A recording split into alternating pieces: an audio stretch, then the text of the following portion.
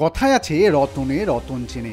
আমরা এর আগে আসন্ন উপনির্বাচনে তৃণমূলের দুই রতন অর্থাৎ দুই প্রার্থীর কীর্তি আপনাদের সামনে এনেছিলাম, কিন্তু বাকি চারজনের গল্পও কম আকর্ষণীয় নয়। চিনে নিন বাকিদেরও।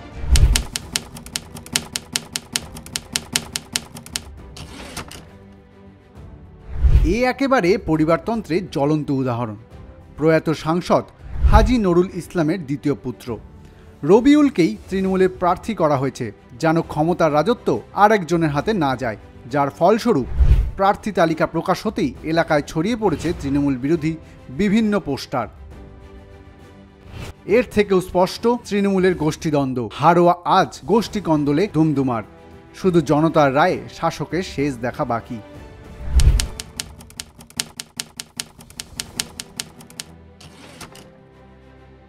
এই সুজয় হাজরার বিরুদ্ধেই একাধিক অভিযোগ পেয়ে সবর হয়েছিলেন মাননীয়া নিজেই।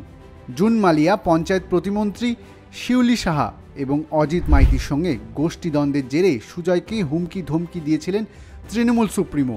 অথচ সেই ক্ষোভ ভুলে আজ তাকেই প্রার্থী করলেন মাননীয়া।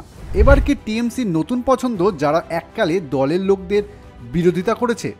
দলের অবস্থা কতটা জরাজীর্ণ বুঝতে পারছেন নিশ্চয়ই।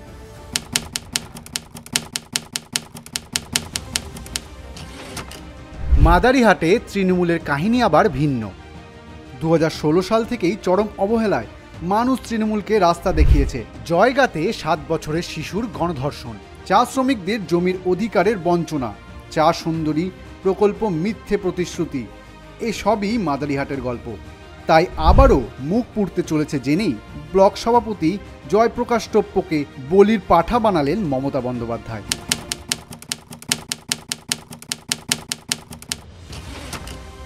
তৃণমূলের আরও এক বাহুবলী ফাল্গুনী সিংহ। সিমলাপালের বালি খাদানের তোলাবাজি যার কবজায়। ভোটের সময় তার নেতৃত্বে হুমকি, ভোট লুট সবই চলে। মদের নেশায় বুঁদ হয়ে এলাকায় চালিয়েছিলেন ভোট লুটের চক্র।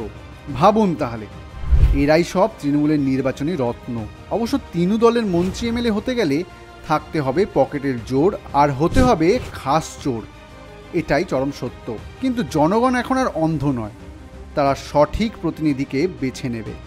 দ্রোহকালে তৃণমূলের বিদায় ঘণ্টা বেজে গেছে।